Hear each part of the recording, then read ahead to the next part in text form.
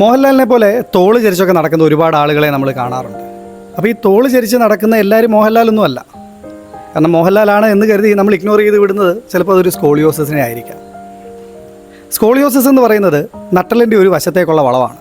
നട്ടലൊരിക്കലും വശത്തേക്ക് വളയാറില്ല, എപ്പോഴും നേരെ നിൽക്കുന്ന ഒരു സ്ട്രക്ചറാണ് നട്ടല് എന്ന് പറയുന്നത്. നട്ടല് ഒരു വശത്തേക്ക്, അതായത് ലാറ്ററലി വളയുമ്പോൾ അതിനെ പറയുന്ന പേരാണ് സ്കോളിയോസിസ് എന്നത്.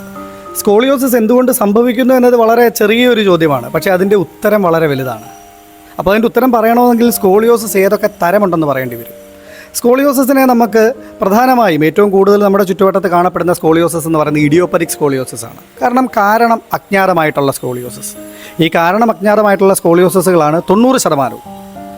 ആയുർഗ്രാമിനെ സംബന്ധിച്ച് ഏറ്റവും ഫലപ്രദമായി ചികിത്സിക്കാൻ കഴിയുന്നത് ഇത്തരത്തിലുള്ള ഇഡിയോപ്പതിക് സ്കോളിയോസിസുകളാണ്. Marfan syndrome, cerebral palsy, muscular dystrophy, ഇത്തരത്തിൽ മാംസപേശികളുടെയും ന്യൂറോൺസിനെയും ഒക്കെ ബാധിക്കുന്ന ഒരുപാട് തരം പ്രശ്നങ്ങൾ കൊണ്ടിട്ട് സ്കോളിയോസിസ് ഉണ്ടാകാനുള്ള സാധ്യതയുണ്ട്. അപ്പോൾ അത്തരത്തിലുള്ള സ്കോളിയോസിസുകളിൽ പ്രധാനമായും ചികിത്സിക്കേണ്ടത് ആ സ്കോളിയോസിസിന് കാരണമായിട്ടുള്ള പ്രധാന അസുഖത്തിനെ തന്നെയാണ്. പക്ഷേ നമ്മളുടെ ചുറ്റും കാണപ്പെടുന്നത് നമ്മൾ നേരത്തെ പറഞ്ഞതുപോലെ ഏറ്റവും കൂടുതലും ഇഡിയോപ്പതിക് സ്കോളിയോസിസ് ആയതുകൊണ്ട് ഏറ്റവും കൂടുതൽ ആളുകൾ ചികിത്സയ്ക്ക് വരുന്നതും ഇഡിയോപ്പതിക് സ്കോളിയോസിസിലാണ്. ഏറ്റവും അധികം ചികിത്സിക്കാൻ എളുപ്പമുള്ളതും ഇഡിയോപ്പതിക് സ്കോളിയോസിസ് ആണ്. ഇഡിയോപ്പതിക് സ്കോളിയോസിസും പ്രധാനമായും 2 തരത്തിൽ സംഭവിക്കും. കുട്ടികളിൽ സംഭവിക്കുന്ന ഇഡിയോപ്പതിക് സ്കോളിയോസിസ്, അതേപോലെ തന്നെ പ്രായപൂർത്തിയായതിന് ശേഷം സംഭവിക്കുന്ന ഇഡിയോപ്പതിക് സ്കോളിയോസിസ്. ഈ 2 സ്കോളിയോസിസുകളുടെയും കാരണവും വ്യത്യസ്തമാണ്.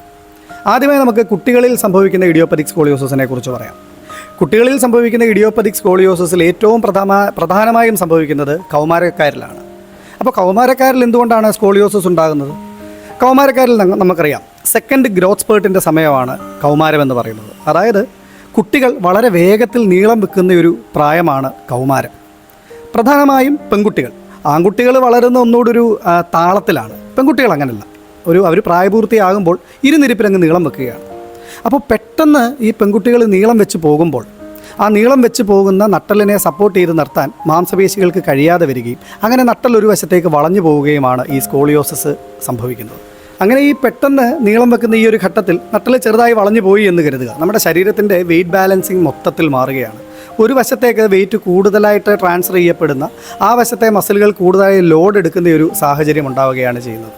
അപ്പോൾ എന്ത് സംഭവിക്കും? ആ വശത്തെ മസിലുകൾ ഓവർ യൂസ് കാരണം കൂടുതൽ ബലപ്പെടുകയും ഓപ്പോസിറ്റ് വശത്തെ മസിലുകൾ ഡിസ്യൂസ് കാരണം ബലം കുറയുകയും ചെയ്യുന്നു. 2 വശത്തു നിന്നും മസിലുകൾ ഒരുപോലെ വലിച്ചു പിടിക്കുമ്പോഴാണ് ഈ നട്ടല് നിവർന്ന് നിൽക്കുന്നത്. ഇതിപ്പോൾ ഒരു വശത്തെ മസിലുകളുടെ ബലം കൂടുകയും ഓപ്പോസിറ്റ് സൈഡിലെ മസിലുകളുടെ ബലം കുറയുകയും ചെയ്യുമ്പോൾ എന്ത് സംഭവിക്കും? ബലം കൂടിയ വശത്തേക്കുള്ള പുള്ളു കൂടുന്നു, നട്ടല് കൂടുതൽ വളഞ്ഞു വരുന്നു. അങ്ങനെയാണ് ഈ നട്ടലിൻ്റെ സ്കോളിയോസിസിൻ്റെ കോപ്സ് ആംഗിളുകൾ ഓരോ ദിവസവും വർദ്ധിച്ചു വരുന്നത്. അതുകൊണ്ട് തന്നെ ഈ പ്രാരംഭത്തിൽ കണ്ടെത്തിക്കഴിഞ്ഞാൽ വളരെ എളുപ്പത്തിൽ ചികിത്സിക്കാൻ കഴിയുന്ന ഈ സ്കോളിയോസിസിനെ വെറുതെ വിട്ടുകഴിഞ്ഞാൽ ഓരോ ദിവസവും വളവ് കൂടി ചികിത്സിക്കാൻ വളരെ ബുദ്ധിമുട്ടുള്ള ഒരു അവസ്ഥയിലേക്ക് എത്തിച്ചേരുകയും ചെയ്യും. ഇതിനോടൊപ്പം തന്നെ കുട്ടികൾ പെട്ടെന്ന് നീളം വെക്കുന്ന ഒരു പ്രായത്തിലാണെങ്കിൽ സ്കോളിയോസിസിൻ്റെ വളവ് കൂടാനുള്ള സാധ്യതയും വളരെ കൂടുതലാണ്. എന്നാൽ വളർച്ചയുടെ ഘട്ടം കഴിഞ്ഞു കഴിഞ്ഞാൽ വളവ് കൂടുന്നതിൻ്റെ തോത് കുറയുമെങ്കിലും നമുക്കൊരിക്കലും പറയാൻ സാധിക്കില്ല ഇനി വളവ് കൂടില്ല എന്ന്. പ്രായപൂർത്തി ആയ ആളുകളിലും ഇതുപോലെ ഇഡിയോപ്പതിക് സ്കോളിയോസിസ് സംഭവിക്കാറുണ്ട്. അപ്പോൾ പ്രായപൂർത്തിയായ ആളുകൾ ഒരിക്കലും വളരുന്നില്ല. അപ്പോൾ പിന്നെ എന്തുകൊണ്ടാണ് പ്രായപൂർത്തിയായ ആളുകളിൽ ഇഡിയോപ്പതിക് സ്കോളിയോസിസ് സംഭവിക്കുന്നത്? നമ്മൾ പറഞ്ഞു, കൗമാരക്കാരിൽ സംഭവിക്കുന്ന ഇഡിയോപ്പതിക് സ്കോളിയോസിസിൻ്റെ പിന്നിലെ പ്രധാന വില്ലൻ മസിൽസ് ആണെന്ന് പറഞ്ഞു. വളയുന്നത് നട്ടലാണെങ്കിലും പ്രശ്നക്കാരൻ മസിൽസ് ആണെന്ന് പറഞ്ഞു.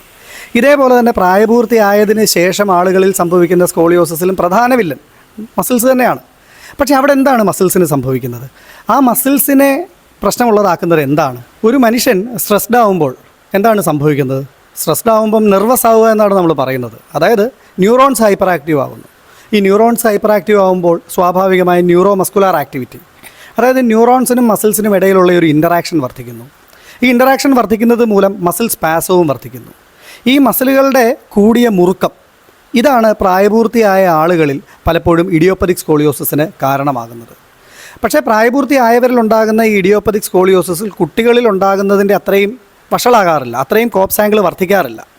അതിൻ്റെ കാരണമെന്ന് പറയുന്നത് പ്രായപൂർത്തിയായ ആളുകൾ പിന്നീട് അധികം വളരാൻ സാധ്യതയില്ലാത്തതുകൊണ്ട് തന്നെ വളവ് കൂടുന്നതിൻ്റെ തോത് കുറവായിരിക്കും. 1.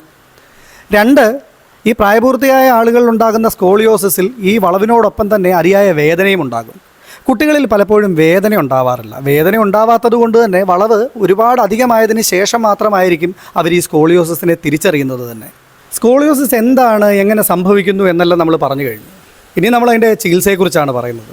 അപ്പോൾ ചികിത്സയെക്കുറിച്ച് പറയുമ്പോൾ നമ്മൾ ഏറ്റവും പ്രധാനമായും മനസ്സിലാക്കേണ്ട ഒരു കാര്യം, നമ്മൾ ഇതുവരെ പറഞ്ഞതിൽ നിന്ന് തന്നെ നമുക്ക് മനസ്സിലാവുന്ന ഒരു കാര്യം, സ്കോളിയോസിസിൽ വളവ് സംഭവിക്കുന്നത് നട്ടെല്ലിലാണെങ്കിലും അതിന് കാരണക്കാരനാകുന്നത് മസിൽസാണ്. അതുപോലെ സംഭവിച്ച ഒരു സ്കോളിയോസിസിൽ ആ വളവ് വീണ്ടും വർദ്ധിക്കുന്നതിനും കാരണം ആ മസിൽസിൻ്റെ ഇക്വിലിബ്രിയം ഇല്ലായ്മയാണ്. അപ്പോൾ ഇതിനുള്ള പരിഹാരം എന്താണ്? ആ മസിൽസിൻ്റെ ഇക്വിലിബ്രിയം കറക്റ്റ് ചെയ്യുക എന്നുള്ളത് തന്നെയാണ്. അതായത് വീക്കായിട്ടിരിക്കുന്ന, ഒരു വശത്തേക്ക് വളഞ്ഞു പോയി കൂടുതൽ ബലപ്പെട്ട മസിലുകളെ, ആ സ്റ്റിഫായി പോയ മസിലുകളെ സ്ട്രെച്ച് ചെയ്ത് റിലാക്സ് ചെയ്യുക. അതേപോലെ ഓപ്പോസിറ്റ് സൈഡിലെ ലാക്സായി പോയ, ബലം കുറഞ്ഞു പോയ മസിൽസിനെ സ്ട്രെങ്തൻ ചെയ്യുക. അങ്ങനെ മസിൽസിൻ്റെ ഇക്വിലിബ്രിയം വർദ്ധിപ്പിക്കുക എന്നുള്ളത് തന്നെയാണ് സ്കോളിയോസിസിൻ്റെ ചികിത്സയിലെ ഏറ്റവും പ്രധാന ഭാഗം. അപ്പോൾ ഈ മസിൽസിൻ്റെ ഇക്വിലിബ്രിയം വർദ്ധിപ്പിക്കാൻ, ശരിയാക്കാൻ നമുക്ക് എന്തൊക്കെ ചെയ്യാൻ കഴിയും? ഏത് തരം വ്യായാമങ്ങളും, ഈ മസിൽസിനെ സ്ട്രെങ്തൻ ചെയ്യുന്ന, സ്ട്രെച്ച് ചെയ്യുന്ന ഏത് തരം വ്യായാമങ്ങളും നമുക്ക് ഇതിന് ഉപയോഗിക്കാൻ കഴിയുന്നവയാണ്. പക്ഷേ പലപ്പോഴും സ്കോളിയോസിസിൽ നമുക്ക് ഒരു വർഷം കൊണ്ട് നമുക്ക് പ്രതീക്ഷിക്കാൻ കഴിയുന്ന റിസൾട്ട് എന്ന് പറയുന്നത് 10 ഡിഗ്രിയാണ്. പലപ്പോഴും ഒരു മോഡറേറ്റ് ടു സിവിയർ സ്കോളിയോസിസിൽ നമുക്ക് ലഭിക്കുന്ന റിസൾട്ട് എന്ന് പറയുന്നത് ഒരു വർഷം 10 ഡിഗ്രിയാണ്. അപ്പോൾ 10 ഡിഗ്രി വെച്ച് കുറച്ചെടുത്താൽ തന്നെ നമുക്കൊരു 40 ഡിഗ്രി ഉള്ള ഒരു സ്കോളിയോസിസിൽ നല്ലൊരു മാറ്റം ഉണ്ടാക്കണമെങ്കിൽ 3-4 വർഷം വേണ്ടി വരും. അപ്പോൾ ഈ 3-4 വർഷം നമ്മൾ മറ്റൊരാളുടെ സഹായത്തോടു കൂടി, മറ്റൊരു എക്യുപ്മെൻറ്റിൻ്റെ സഹായത്തോടു കൂടി ചെയ്യുന്ന ഒരു വ്യായാമം എന്ന് പറയുന്നത് പലപ്പോഴും പ്രാക്ടിക്കലല്ല. അതുകൊണ്ട് തന്നെ സ്കോളിയോസിസിൽ നമ്മൾ തിരഞ്ഞെടുക്കേണ്ട ഒരു വ്യായാമ രീതി എന്ന് പറയുന്നത് മറ്റൊരാളുടെ സഹായമില്ലാതെ, ഒരു എക്യുപ്മെൻറ്റിൻ്റെയും സഹായമില്ലാതെ, 1 രൂപയുടെ ചിലവില്ലാതെ നമുക്ക് എവിടെ പോയാലും ചെയ്യാൻ കഴിയുന്ന ഒന്നാവണം. അതുകൊണ്ട് തന്നെ സ്കോളിയോസിസിൽ യോഗ എന്ന് പറയുന്നത് വളരെ പ്രാധാന്യമുള്ള ഒന്ന് തന്നെയാണ്. സ്കോളിയോസിസ് ഐഡൻറ്റിഫൈ ചെയ്യുമ്പോൾ തന്നെ സ്വാഭാവികമായും എല്ലാവരും ആദ്യം കാണുന്നത് ഒരു ഓർത്തോ സർജറി, ഒരു സ്പൈൻ സർജറി ആയിരിക്കും. അപ്പോൾ ഒരു സർജനെ സംബന്ധിച്ച് സ്കോളിയോസിസിൽ സർജറി റെക്കമെൻഡ് ചെയ്യുന്നത് 40 ഡിഗ്രിക്ക് മുകളിലാവുമ്പോഴാണ്. അപ്പോൾ അതിന് മുൻപുള്ള കണ്ടീഷൻസിൽ സർജറി റെക്കമെൻഡ് ചെയ്യുന്നില്ല. അപ്പോൾ പലപ്പോഴും ബ്രേസ് ഉപയോഗിക്കുക, റെസ്റ്റ് എടുക്കുക മുതലായ കാര്യങ്ങളാണ് അഡ്വൈസ് ചെയ്യാറുള്ളത്. പക്ഷേ ഇത്തരത്തിൽ ബ്രേസ് ഉപയോഗിക്കുന്നതും റെസ്റ്റ് എടുക്കുന്നതും ഒന്നും പലപ്പോഴും സ്കോളിയോസിസിന് നല്ലൊരു റിസൾട്ട് തരാറില്ല. ഈ പറയുന്ന പോലെ മസിൽസിനെ സ്ട്രെങ്തൻ ചെയ്ത് അതിൻ്റെ ഇക്വിലിബ്രിയം കറക്റ്റ് ചെയ്യുക എന്നുള്ളത് തന്നെയാണ് അതിൻ്റെ ഏറ്റവും പ്രധാന ചികിത്സ. പക്ഷേ ആയുർവേദത്തിനെ സംബന്ധിച്ച് ഇപ്പം സർജറിയുടെ കാര്യം നമ്മൾ പറഞ്ഞു, 40 ഡിഗ്രിക്ക് മുകളിലുള്ള കണ്ടീഷൻസിലാണ് സർജറി ചെയ്യേണ്ടത്. പക്ഷേ ആയുർവേദത്തിനെ സംബന്ധിച്ച് നമുക്ക് ഏറ്റവും ഫലപ്രദമായ ഇടപെടലുകൾ നടത്താൻ കഴിയുന്നത് മൈൽഡ് ടു മോഡറേറ്റ് സ്കോളിയോസിസിലാണ്. അതായത് 10 ഡിഗ്രിയിൽ താഴെയുള്ള ഒരു സ്കോളിയോസിസ് ആണെങ്കിൽ നമുക്ക് യാതൊരു ചികിത്സയും കൂടാതെ വീട്ടിൽ ചെയ്യാവുന്ന കുറച്ച് യോഗ അഡ്വൈസ് ചെയ്ത് വീട്ടിൽ തന്നെ നമുക്ക് വളരെ നന്നായി ശരിപ്പെടുത്താൻ, വളരെ വേഗത്തിൽ ശരിപ്പെടുത്താൻ കഴിയുന്ന ഒന്നാണ് 10 ഡിഗ്രിയിൽ താഴെയുള്ള സ്കോളിയോസിസ്. അതിന് മുകളിലുള്ള ഒരു സ്കോളിയോസിസ്, ഒരു മോഡറേറ്റ് സ്കോളിയോസിസ് എന്ന് പറയുന്നത് നമുക്കൊരു ആയുർവേദത്തിൻ്റെ സഹായത്തോടുകൂടി, ഉഴിച്ചിലും അതിനോടൊപ്പം യോഗയും ഞവരക്കിഴിയും അതിൻ്റെ സഹായത്തോടു കൂടി നമുക്ക് ഏകദേശം പരിപൂർണമായ റിസൾട്ട് തന്നെ ഉണ്ടാക്കാൻ കഴിയുന്നതാണ്. എന്നാൽ 40 ഡിഗ്രിക്ക് മുകളിലേക്ക് പോകുന്ന സ്കോളിയോസിസിൽ ഒരിക്കലും ഈ ആയുർവേദ യോഗ ചികിത്സ കൊണ്ട് പരിപൂർണ ഫലം സാധ്യമാകാറില്ല. പക്ഷേ ഉറപ്പായിട്ടും മറ്റു പാർശ്വഫലങ്ങളൊന്നുമില്ലാതെ തന്നെ നമുക്ക് ആ കോപ്സ് ആംഗിൾ ഒരുപാട് കുറയ്ക്കാനും അതുപോലെ തന്നെ കൂടുതൽ സ്കോളിയോസിസിൻ്റെ വളവ് കൂടുന്നതിനെ നമുക്ക് പ്രിവെൻറ്റ് ചെയ്യാനും സാധിക്കും. ആൺകുട്ടികളെ അപേക്ഷിച്ച് പെൺകുട്ടികളിൽ സ്കോളിയോസിസിൻ്റെ തോത് വളരെ കൂടുതലാണ്. അതെന്തുകൊണ്ടാണ് അങ്ങനെയെന്ന് ചിന്തിച്ചിട്ടുണ്ടോ?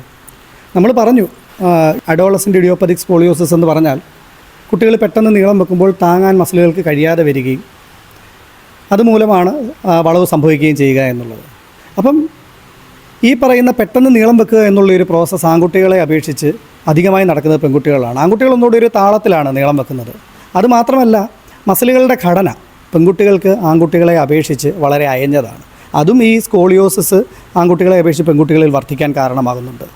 സ്കോളിയോസിസായിട്ട് ചികിത്സയ്ക്ക് വരുന്ന കുട്ടികളെ പലപ്പോഴും നമ്മൾ മലത്തിൽ കിടത്തി 2 കാലും ഒരുമിച്ച് ഉയർത്താൻ പറഞ്ഞാൽ മിക്കവാറുമുള്ള 90% കുട്ടികളുടെയും 2 കാലും ഒരുമിച്ച് ഉയർത്താൻ സാധിക്കാറില്ല.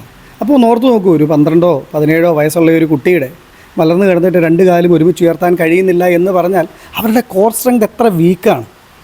ഈ വീക്കായിട്ടുള്ള കോർ സ്ട്രെങ്ത് തന്നെയാണ് പലപ്പോഴും സ്കോളിയോസിസിന് കാരണമാകുന്നത്, കുട്ടികളിലെ ഇഡിയോപ്പതിക് സ്കോളിയോസിസിന് കാരണമാകുന്നത്. അപ്പോൾ അതിന് കാരണമാകുന്നത് പലപ്പോഴും അവരുടെ ജീവിതശൈലി തന്നെയാണ്. ശരീരത്തിനെ സ്ട്രെങ്തൻ ചെയ്യുന്ന തരത്തിലുള്ള വ്യായാമങ്ങളില്ല, ജോലികളില്ല, കളികളില്ല. ഇതൊന്നുമില്ലാതെ ഒരു സെഡൻറ്ററി ലൈഫ് സ്റ്റൈലിലേക്ക് കുട്ടികൾ പോയതാണ് ഈ ഒരു കാലഘട്ടത്തിൽ സ്കോളിയോസിസ് ഇത്ര കൂടാനുള്ള കാരണം. മാത്രവുമല്ല, കോവിഡിൻ്റെ സമയത്ത് പ്രായപൂർത്തിയായ പെൺകുട്ടികളിൽ സ്കോളിയോസിസിനുള്ള സാധ്യത വളരെ അധികമാണ്. കാരണം സ്കൂളിൽ പോലും പോകാതെ ഒരേ സ്ഥലത്ത് തന്നെ ഇരുന്ന് പഠിച്ച് TV കണ്ട് അവിടെ ഇരുന്ന് തന്നെ ഭക്ഷണം കഴിക്കുന്ന ഒരു ലൈഫ് സ്റ്റൈലായിരുന്നു അവർ ഫോളോ ചെയ്തുകൊണ്ടിരുന്നത്. അതുകൊണ്ട് സ്കോളിയോസിസ് എന്ന് പറയുന്നതിനെ നമുക്ക് ഒരു ജീവിതശൈലി, ഇഡിയോപ്പതിക് സ്കോളിയോസിസ് എന്ന് പറയുന്നതിന് ഒരു ജീവിതശൈലി രോഗമായിട്ട് തന്നെ കാണാം. അതുകൊണ്ട് തന്നെ അതിൻ്റെ ചികിത്സ എന്ന് പറയുന്നത് ജീവിതശൈലിയുടെ കറക്ഷൻ തന്നെയാണ്.